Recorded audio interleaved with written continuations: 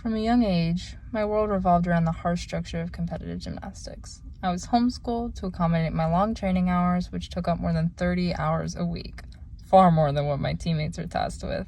Gymnastics left little time for anything else, so I was homeschooled, which hindered my academic and social growth.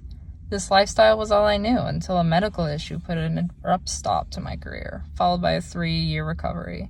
With my physical outlet and countless hours of training now gone, I found myself exploring new opportunities with the sudden free time I'd gained. Finding hobbies I was interested in was the first crucial step in my literacy development. Not only did these hobbies provide a creative outlet to try new things, but they became the foundation of my literacy growth. My past experiences with literacy, mainly through baking and science, have shaped my current writing ability by instilling a deep appreciation for precision and adaptability in language use and writing practices. My many hobbies taught me the value of careful reading interpretation, comprehension, deciphering intimidating paragraphs, and finding a unique personality in writing. My grandma, my first literacy sponsor, introduced me to baking. We loved to watch videos on fun ways to make desserts. She loved to make pecan pie for my dad, and I'd always attempt to read her recipes, which I struggled to do because they were in cursive. One of my first memories with her is baking cupcakes to look like flowers using vanilla wafers. She sparked my interest in baking, allowing me to explore reading and interpreting recipes. As I got more experienced, I developed my reading literacy due to the need for precision and accuracy in recipes. The ability to interpret recipes and understand why ingredients were used, as well as why something went wrong, helped me develop my reading comprehension skills. This became important when I began diving into more complex baking projects, such as macaroons. It's crucial to understand why specific steps must happen, which requires interpretation of the recipes, and experimenting with multiple recipes to create your own.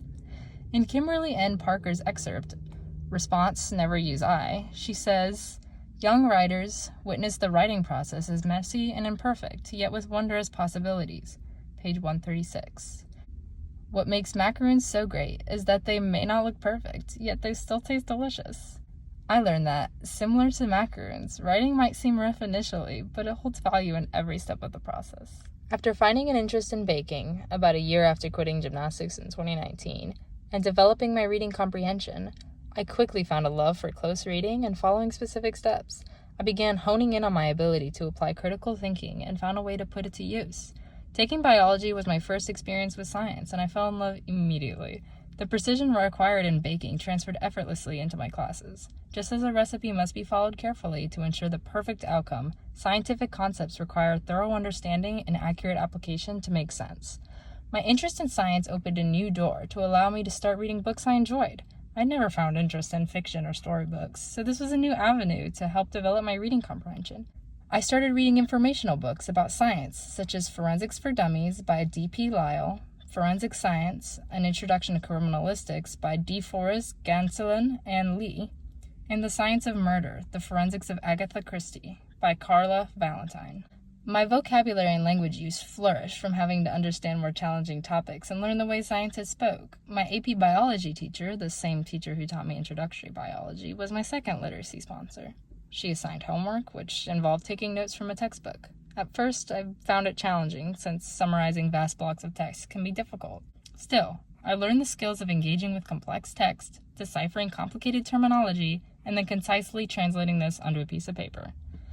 I found these skills crucial in writing things like research papers because it can be challenging to go through the internet's abyss of information and summarize it without sounding redundant or just straight plagiarizing. I feel that this type of homework prepared me by developing my ability to search through information.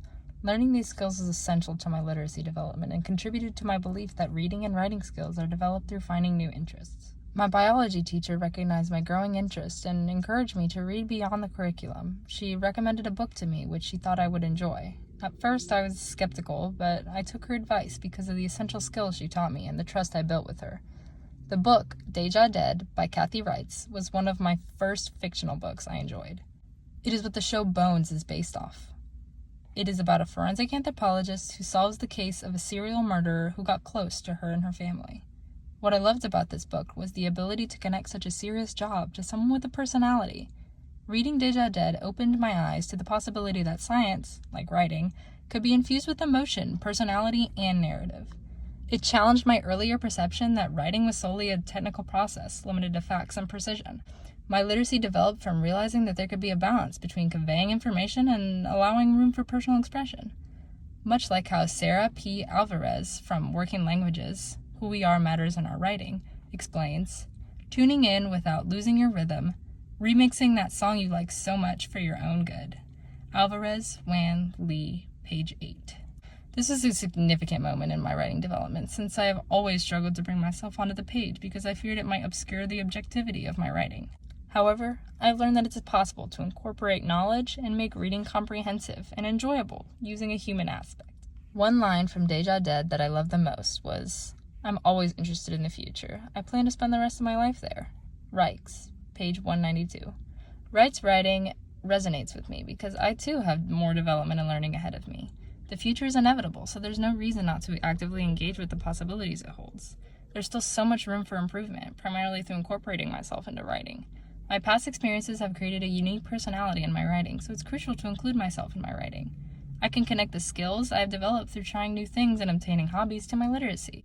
Baking was my initial start to reading comprehension, and science developed my language use in writing. These experiences, mixed with the book Deja Dead, added an element of creativity and narrative that I had previously been missing and have been the foundation of my literacy. While I continue to grow, I'm constantly aware of how I represent myself on the page and demonstrate how I have created my literacy.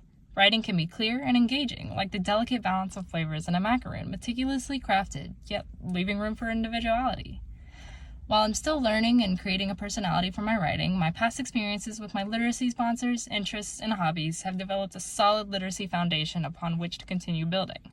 I believe everyone should strive to improve their literacy constantly and try to find something they find interesting to help them do so.